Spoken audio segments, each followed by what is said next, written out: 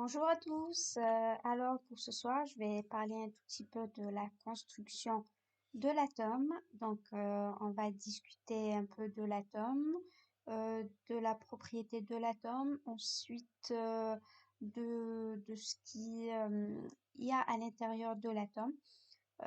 Donc globalement de la construction de l'atome tout simplement. Quelques modèles d'atomes, quelques atomes. On va essayer de parler aussi de la masse, donc de la masse de chaque nucléon, de chaque électron. Et voilà. Donc pour commencer, tout d'abord, il faut dessiner l'atome.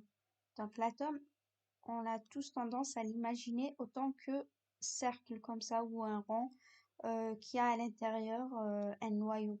En vrai, on a le noyau, certes, c'est vrai. Donc là, c'est un noyau.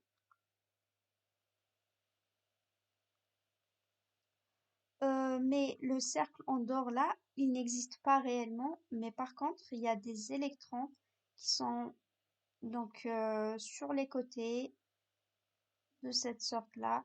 On a des couches ainsi que des sous-couches qui sont dessinées de cette sorte. Je vais essayer de faire ça.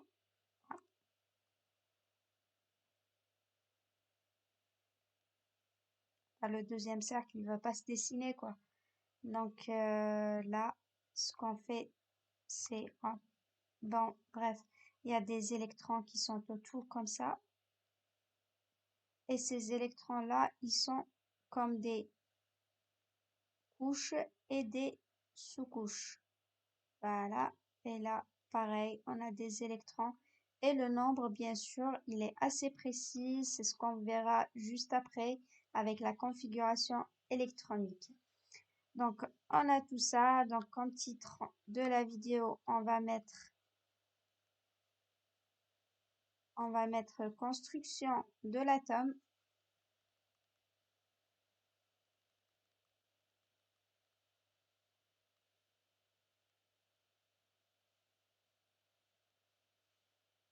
Comme titre, on va mettre construction de l'atome.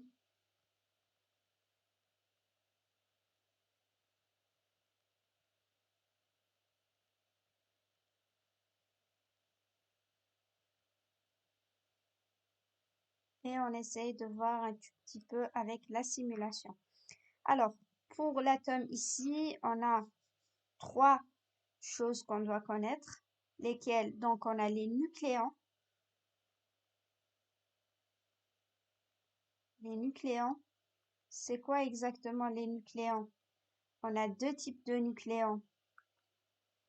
Le nucléon, c'est ce qu'il y a à l'intérieur du noyau. On a les protons.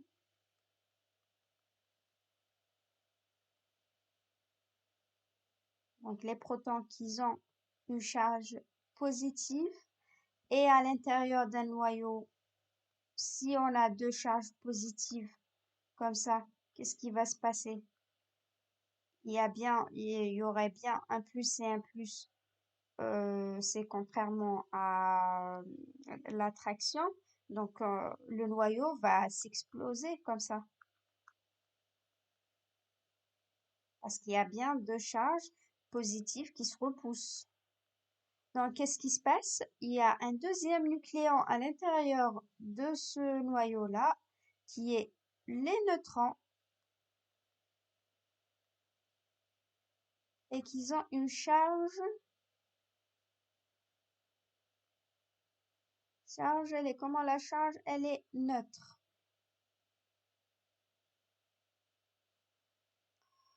Pourquoi est-ce que la charge neutre, elle est là? C'est pour empêcher le plus et le plus de se rapprocher. Donc, tant qu'il y a des charges positives, tant qu'il y a des neutrons, pour les empêcher de se repousser et de faire exploser le noyau. Voilà pourquoi est-ce que les neutrons existent. Ensuite, on va parler d'un troisième espèce qui est bien les électrons.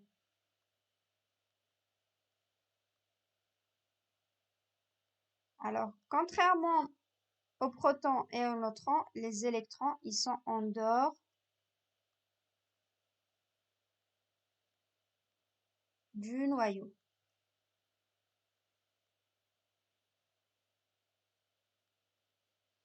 Pourquoi est-ce que les électrons ils sont en dehors du noyau? Tout simplement pour ne pas être attirés avec les protons et aussi la masse de l'électron est bien plus faible par rapport à la masse des protons et des neutrons. Donc voilà, on a parlé un tout petit peu en ce qui concerne ce qui est à l'intérieur de l'atome. Maintenant, on va parler de la construction en utilisant cette simulation. Donc, je vous partage après sur le lien, donc sur le descriptif, le lien de cette simulation. Là, on va montrer un tout petit peu, par exemple, l'hydrogène. Donc, on sait tous que l'hydrogène a un proton. On va placer ici un proton et on voit que c'est un ion positif. Pourquoi est-ce qu'on a un ion positif? Tout simplement parce que là, c'est le proton, il a une charge positive. Donc, c'est ce qui les rend comme ion positif. Donc, qu'est-ce qu'il faut ajouter? Il faut ajouter un électron. Comme ça, on obtient un atome neutre. Donc, si on a par exemple des protons, plus que donc le nombre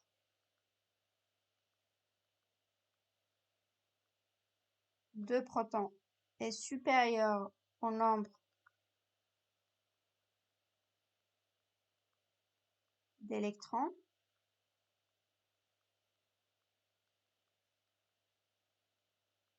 si le nombre de protons est supérieur au nombre d'électrons, là on obtient un ion positif.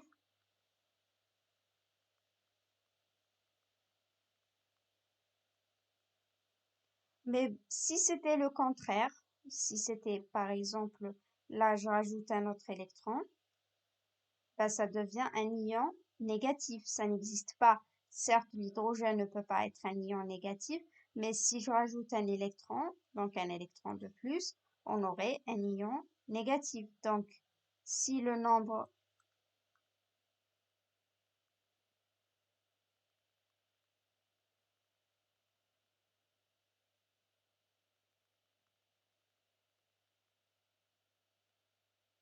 Si le nombre de protons est inférieur au nombre d'électrons, ça veut dire qu'on a un ion négatif.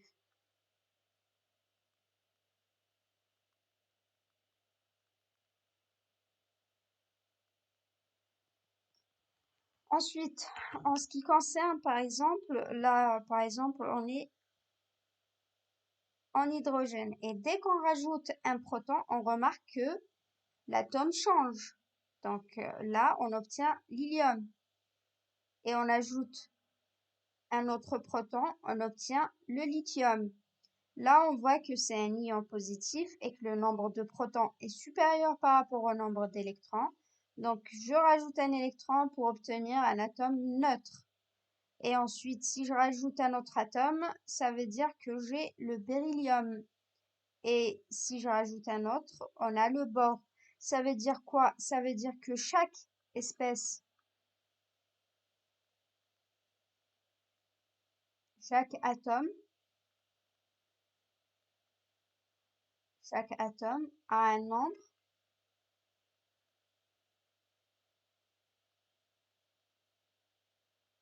défini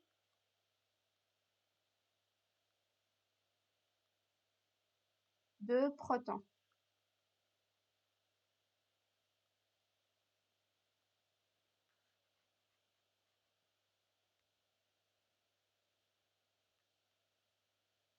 Ce nombre-là, c'est ce qu'on appelle le nombre de Charles, donc le nombre atomique. Ce nombre-là, on l'appelle Z, qui est le nombre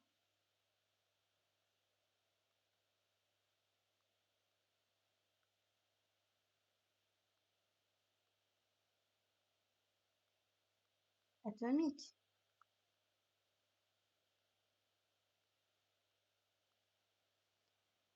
Donc, à chaque fois qu'on augmente le nombre de protons, on obtient donc le nombre de protons, c'est le nombre atomique. J'écris là, nombre de protons.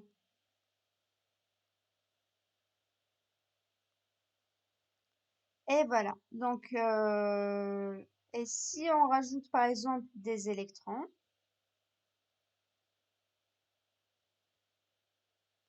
on prouve que l'atome, il est neutre. Donc, le nombre atomique, c'est le nombre. Donc là, je refais un tout petit travail ici. Donc, Z,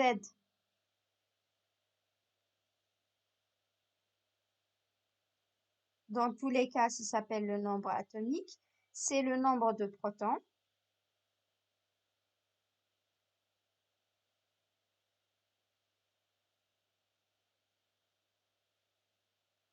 Et en même temps, le nombre d'électrons.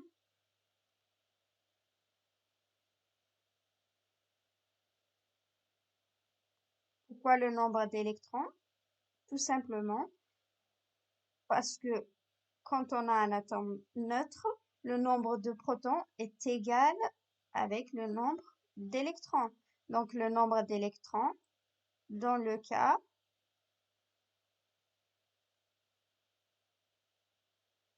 où l'atome est neutre.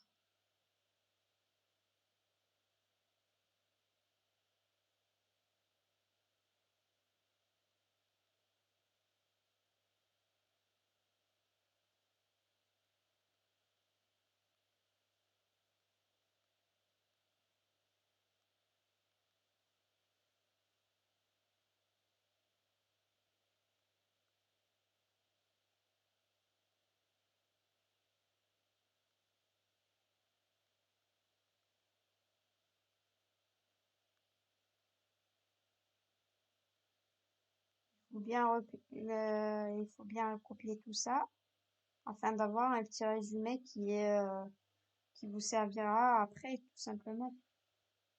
Ensuite, on sait bien que le nombre de protons ici, sur le bord, est 5. Mais qu'est-ce qui empêche les protons de ne pas se repousser et de rester stables? C'est bien les neutrons. Donc, il faut bien ajouter des neutrons à l'intérieur. Et quand on rajoute des neutrons,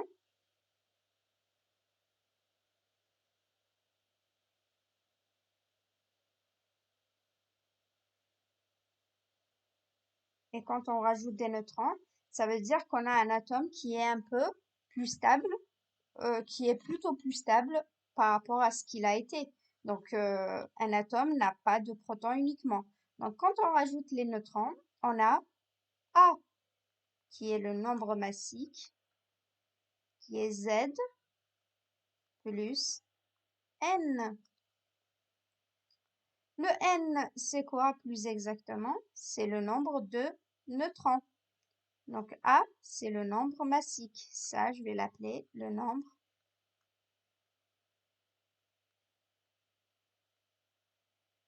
massique.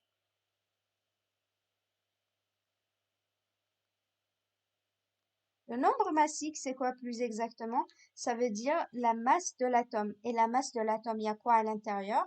Il y a le nombre de protons et il y a les neutrons. Donc c'est la masse des deux. Et c'est pour ça qu'on l'appelle le nombre c'est pour ça qu'on appelle le nombre massique le A tout simplement. Donc ensuite, qu'est-ce qu'on a ici? On regarde bien pour calculer par exemple la masse de l'hélium, donc He,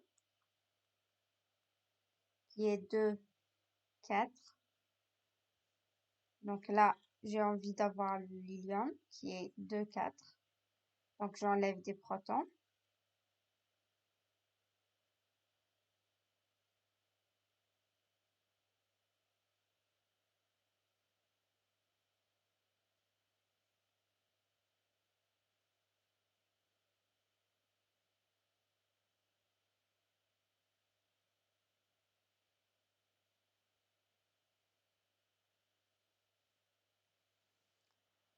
Là, pour calculer la masse de l'hélium, donc je cherche à calculer M de H2, He24. Donc, qu'est-ce qu'il faut avoir? Il faut avoir les trois masses essentielles. Les trois masses essentielles, c'est lesquelles? Donc, elles seront données dans tous les exercices possibles, donc pour les classes de seconde. On a le Mn, on a le Me, ou bien d'abord le Mp, et on a le Me. Le Mn qui est de 1,6 fois 10 puissance moins 27 kg. Le Mp qui est de 1,6 fois 10 puissance moins 27. Il y a bien une petite différence, mais là, j'ai pas les valeurs exactes, donc j'écris 1,6. Mais normalement, ça doit être 1,6, 1,75, un truc comme ça. Et Me qui est 9,1 fois 10 puissance moins 31 kg. Pour calculer la masse de l'hélium, qu'est-ce qu'il faut? Il faut d'abord trouver le Z et le N. C'est ce qu'il faut trouver. Donc, pour trouver le N, il faut trouver le Z et le A. Le A, c'est bien ce chiffre-là, c'est 4. Le Z, c'est ce chiffre-là, qui est 2. Le N, c'est A moins Z, qui est 4 moins 2, ce qui va donner 2.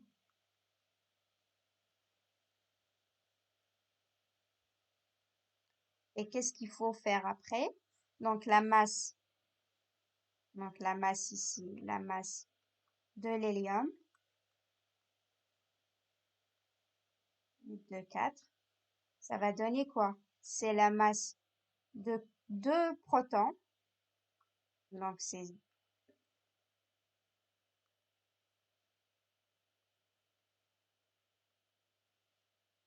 la masse du proton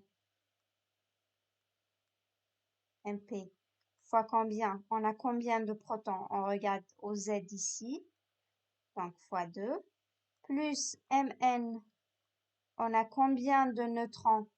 On a 2, pareil, puisque le N c'est le nombre de neutrons, donc fois 2, plus Me, on a combien d'électrons? On sait bien que l'atome, eh bien, ici, l'atome, il est neutre, donc il faut prendre la valeur de Z. Z, c'est la valeur d'électrons et Z, c'est la valeur des protons. Donc Me fois 2 encore une fois. Et c'est là qu'on fait le calcul et on trouve une certaine valeur. Mais pour tout simplement simplifier la loi, on n'a qu'à utiliser cette loi. Donc M de l'atome XAZ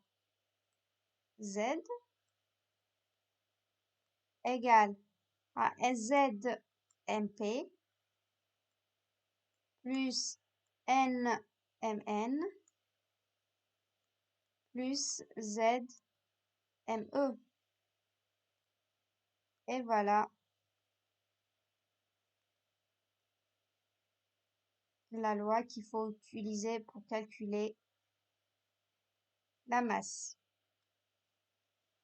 Et pour la plupart du temps, on met directement M de X à Z égale à AMP. Pourquoi AMP? Parce que tout simplement A, c'est le nombre de protons plus électrons et MP, c'est la masse du proton et ainsi la masse du neutron, puisqu'elles sont presque égales. Mais le Me là, on l'a négligé tout simplement parce que sa masse est vraiment très très inférieure par rapport à la masse du proton. Donc on sait tous que la masse de l'atome se base sur la masse de son noyau. Donc c'est à partir de là qu'on a cette loi.